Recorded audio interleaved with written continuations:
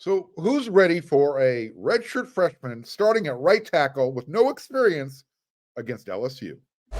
You are Locked On Trojans, your daily podcast on the USC Trojans, part of the Locked On Podcast Network, your team every day.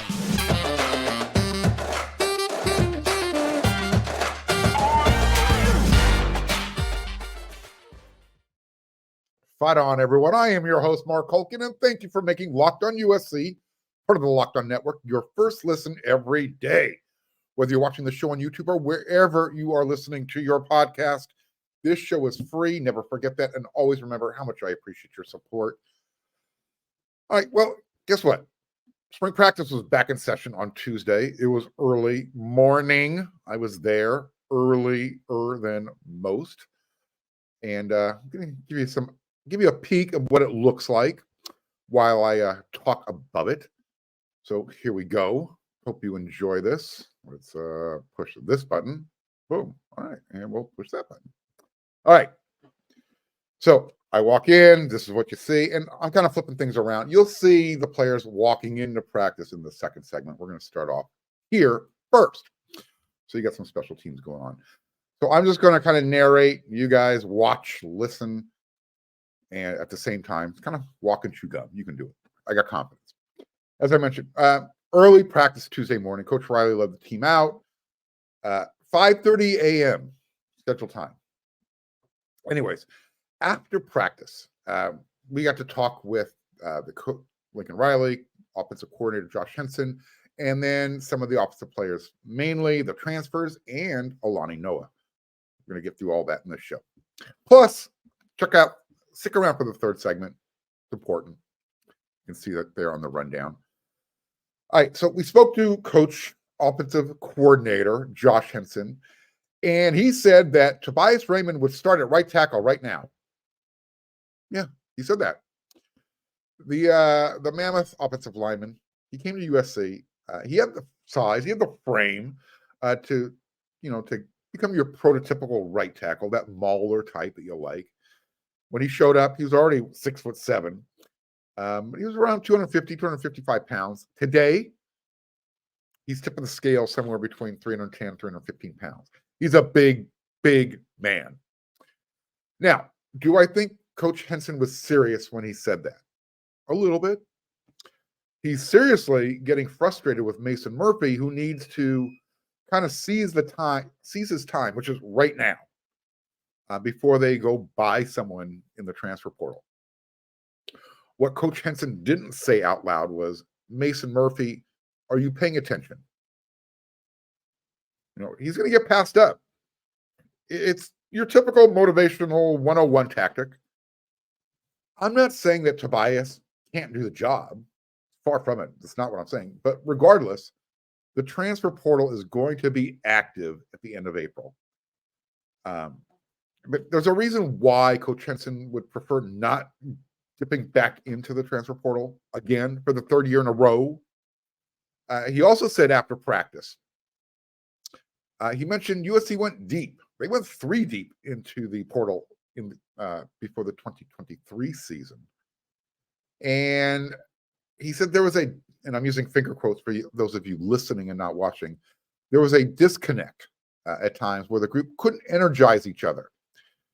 And he continued, I'm not talking about me, himself, energizing the group. I'm talking about the guys in the room. I found that interesting. Now, it won't be interesting to my everyday listeners and viewers, because if you listen to the show every day, and you should be if you're not, I've talked about this a lot, this particular topic about the transfer portal. My interpretation from Coach Henson there was what I've talked about. The one-year rentals, they have NIL and the NFL on their mind over the team's success. Again, I want to be clear. For those of you who aren't sure what I'm saying, I'll slow down. I am not against the transfer portal, but I'm also very consistent. I am not a fan of the one-year rental. It just doesn't work out in the locker room from a culture aspect. I mean, Coach Henson he said it, look, the guys weren't communicating. They weren't feeling each other, energizing each other. However you want to describe it, it all says the same thing. Look, I'm not saying it can't, the 1-year rentals, but so far the results are kind of mixed. For every Travis Dye, I've got 3 or 4 guys on the offensive line who say, well, look, those guys didn't work out. I like the transfer portal for guys who are going to stick around for a couple of years. We're going to leave some blood, some sweat, some tears, bond. Coach Henson also mentioned, let me know if you agree with this. I found this interesting. He said, I thought there were 3 games that we didn't play well enough in to win the game. And he mentioned the games, Arizona, UCLA, Notre Dame. I thought other than that, we played well enough to win the game. Not that we were perfect, close quote. USC won the Arizona game. Apparently the film said otherwise. Remember, that game went, triple overtime? And if Arizona probably goes for it in regulation, USC might not win that game. Anyways, what I love about Coach Henson, he's one of the more candid coaches while he's speaking, when he's allowed to speak. I hope you're checking out that drill there, because I'm going to get into that here momentarily. Coach Riley was really intense watching this drill. And he got into it on one of the players. Now, Coach Henson also had an opinion about the defensive line group, which makes sense. He's going up against those guys. He sees them frequently. He said they are bringing a lot of energy, a lot of passion, but it's more than just that. They're trying to play through you instead of around you. That forces us to do little things right, like our hands inside and our elbows in. It makes us better players when it just comes down to 2 guys lining up in front of each other and 1 guy moving the other one off his spot. We're getting a lot of guys playing through us, and that, to me, is going to help make us better overall, end quote. Did you hear what I just heard? Seriously. Because after I heard that, I swear, I felt like I got a jolt of vitamin B12 that was just coursing through my veins. He literally said that the defensive linemen are playing bully physical football. Yeah, baby. Here come them Trojans. Big Ten Conference, watch out. On that defensive note, I mentioned we got to speak with the players as well after practice. Kyron Hudson, wide receiver. I spoke with him. I asked him a couple of questions. And I wanted his opinion on Coach Riley, since he started hanging out with the defense more often, at least the first, when the cameras are on, when they're out there. My question to Kyron was very simple. Has Coach Riley been a little bit more on edge since he's been hanging out with the defense? Kyron kind of paused for a moment, smiled, and said, no comment. The answer was yes, but I'm not going to say it. Coach Riley has also brought back, in this practice, he brought back the to the untrained eyes comment. Yeah. I asked him specifically about, has there been any change in practice routine because of the low wide receiver numbers? When he made that to the untrained eyes, not really. You wouldn't notice it. There were simultaneous smiles, including me. Everyone kind of was like, cringe. The reason why I asked Kyron that question was because while I was watching part of the drills, Coach Riley was coaching up the defense. You might have saw it here in the film. And I don't have the volume up. I do apologize. Both he and Coach Doug Belk, defensive secondary coach, they wanted the defensive back drill performed correctly. Don't go off the reservation, so to speak. Coach Riley yelled at one player, it's one punch at the ball and then get off. He wanted to make sure that the tackling was still the priority. If you got 2 guys converging on the ball, one guy get that punch in there, knock it away. Both of you wrap up, get the guy to the ground. Priority number 1. Here's my quick take on why Coach Riley is taking defense so serious all of a sudden. We know what happened last year. humbling experience. He had to eat a whole bunch of crow keeping Alex Grinch around. Well, UCLA flipped their defensive switch in 1 year with Antonlynn.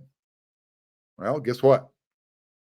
If that doesn't happen at USC in a similar manner, all those untrained eyes are going to have Coach Riley in the bullseye.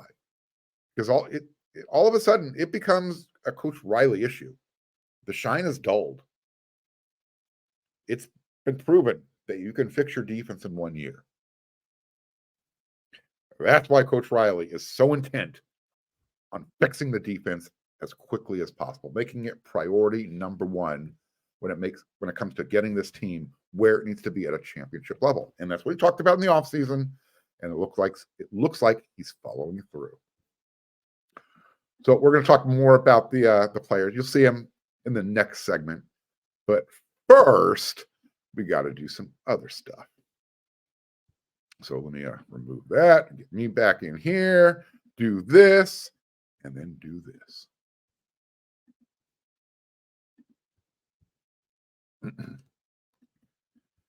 Bracket already busted. Tired of the same old daily fantasy grind where you make a roster, cross your fingers, and hope for the best, or losing on the last leg of your pick'em entry? Introducing Better Together, the first cooperative daily fantasy platform where teamwork triumphs talent and you can play with your friends and not against them. Pick more or less on a real-time player stats, strategize with your partner to boost your odds, and climb the leaderboard together. So grab a friend and join the social DFS movement. Download Better Together now from the App Store and sign up using promo code LOCKEDON for a free $5 entry into any NCAA basketball contest. Remember the code LOCKEDON because winning alone is fun, but it's better together.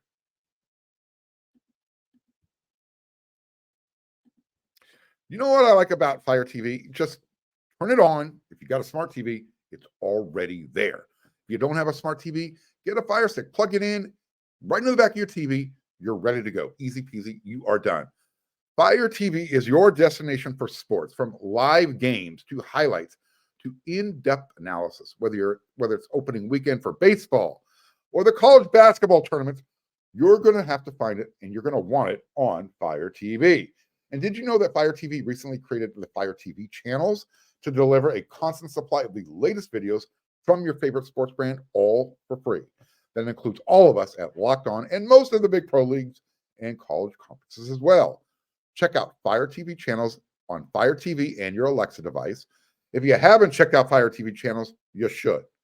To learn more, visit www.amazon.com/LockedOnFireTV.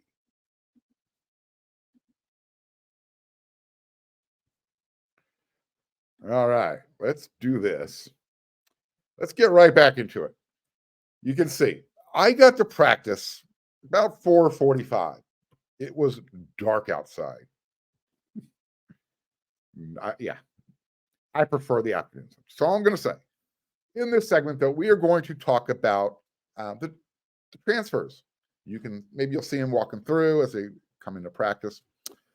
And so here's who we got to talk with after practice: Jaden Mayava, quarterback; Jaden Richardson, wide receiver; running back Joquavius Woody Marks. We got the story on how we got the name Woody, as well as sophomore offensive lineman Alani Noa. He finally lost his virginity, talking to the press, first time out. Alani, I'm going to start off with Alani. He's still learning what he can and what he's not supposed to say. Still unsure.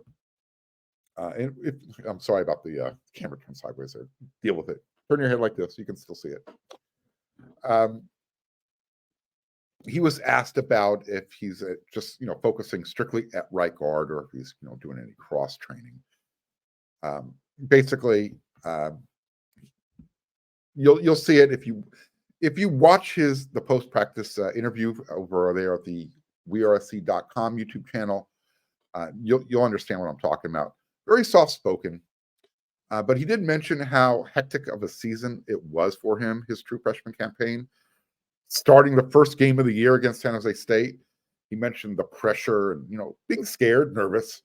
He'd never played in front of 70,000 fans before. So it's understandable. And, despite everything, including some personal family issues that he had to deal with during the middle of the season, it kind of popped up out of nowhere. He still said it was a fun season. Again, watch the interview. And you can check it out on the wearesc.com YouTube channel. We've got we upload those videos all the time for you. I mentioned very soft-spoken, baby face. I asked him, I want to know how much weight did the offensive line room gain compared to the defensive line. He said he said he was part of the weight loss group, but he also did mention he singled out Amos Talalele, Emmanuel Prignon, and their bodies, getting rid of bad weight and adding good weight. Really nice young man. With regards to Jaden Mayava, his transfer, after practice, Coach Riley said, "We wanted someone at the end of the day that wanted to come compete here. He believed in himself enough to come compete." Mayava's answer when he was asked why, he was in concert with his response. He basically explained why he flipped from Georgia to USC. "I wanted to play under Lincoln Riley. Just the things that he's done, the accomplishments that he has under his belt, and to be able to go out there and compete against the best." Again, these guys are told what to say. You just have to, you're not trying to find any gotcha moments with these players. You just have to be creative with your questions, get them at ease, and they open up a little bit. But they first have to get to know you. And remember, the transfers are talking to the media for the first time. Check out Big Dog Eric Henderson. By the way, I was in the parking lot before him. How do I know that? He pulled on in and parked right next to me. And I want to bring up how early I was there because the players and the staff actually recognizes. When Coach Riley came into practice around 5:15, he got in front of the media scrum and he said, "Hey, you got a few of you guys were out there really early."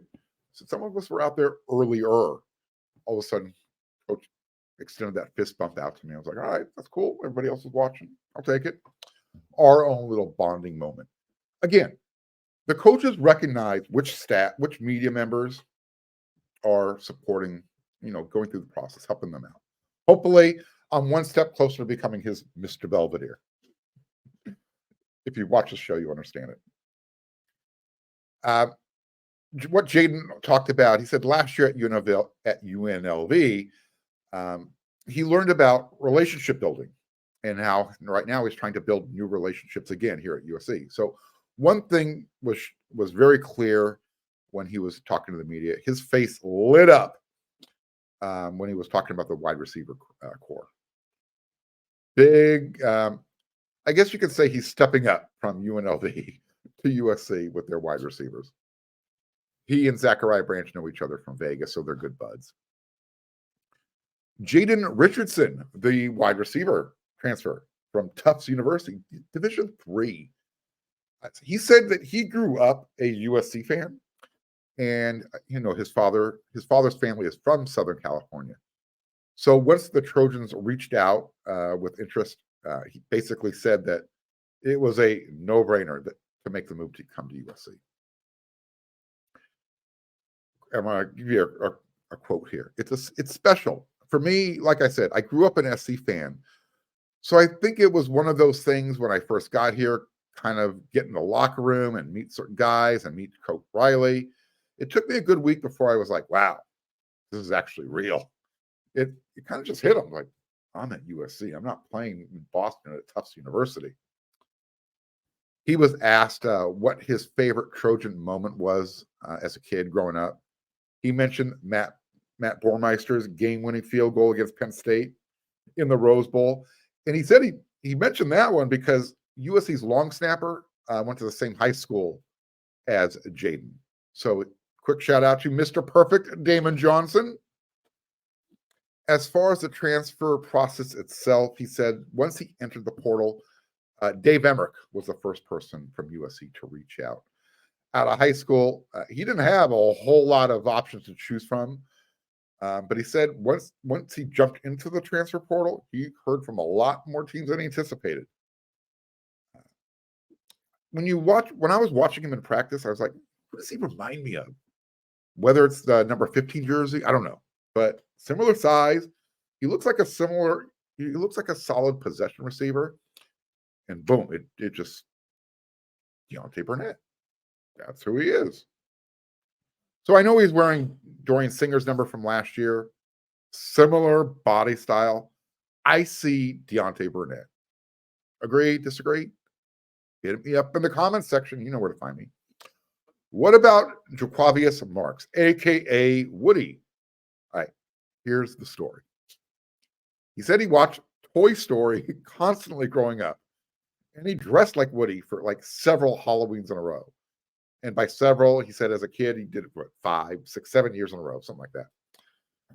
I wanted to wear it every day at school. I actually did. I wore it Monday through Friday. I probably had like 10 costumes. I would cry if my mom wouldn't let me wear it. I had like a whole closet full of Toy Story. I had the book bag. I was really like him going to school. And then he also mentioned something about Woody Woodpecker and his hair, like one strand.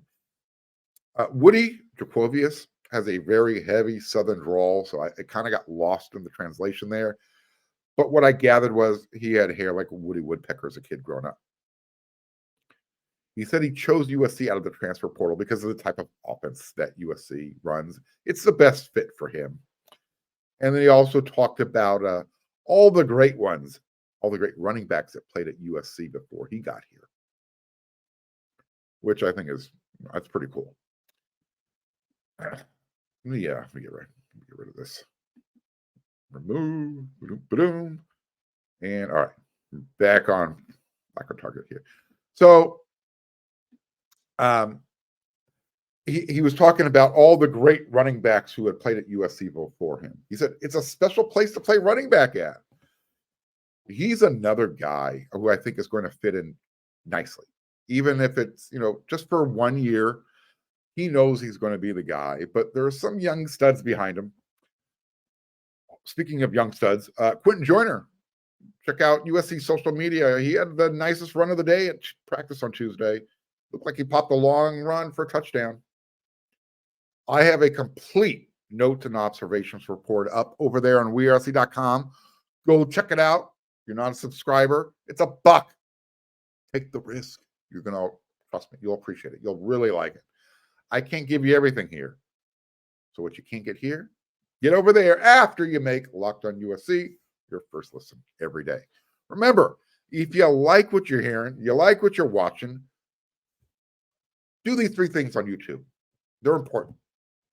Become a subscriber. Click. It's free. Click the subscribe button. When you see this thumbs up, smash it like the Hulk.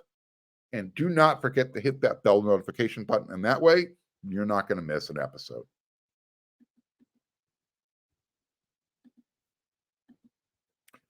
This week's March Madness bracket is brought to you by our friends at Nissan. Each week, we're picking one team that stands out, a team that's pushed it further than the rest, just like any of the all-new 2024 Nissan SUVs. These guys were able to take it to the next level. The Iowa State Cyclones can only be described as a pathfinder. They've been thrilling to watch and have created a lane for themselves, entering the tournament as one of the hottest teams in the country. They now have a date with Illinois this Thursday in the Sweet 16. Take the Nissan Rogue, Nissan Pathfinder, or Nissan Armada and go find your next big adventure. Shop NissanUSA.com. Passion, drive, and patience. What brings home the winning trophy is also what keeps your ride or die alive. eBay Motors has everything you need to maintain your vehicle and level it up to peak performance. From superchargers, roof racks, exhaust kits, LED headlights, and more. Whether you're into speed, power, or style, eBay Motors has got you covered. With over 122 million parts for your number one ride or die, you always find exactly what you're looking for. And with eBay Guaranteed Fit, your part is guaranteed to fit your ride every time or your money back. Because with eBay Motors, you're burning rubber, not cash. Keep your ride or die alive at ebaymotors.com. Eligible items only. Exclusions apply. eBay Guaranteed Fit. Only available to U.S. customers.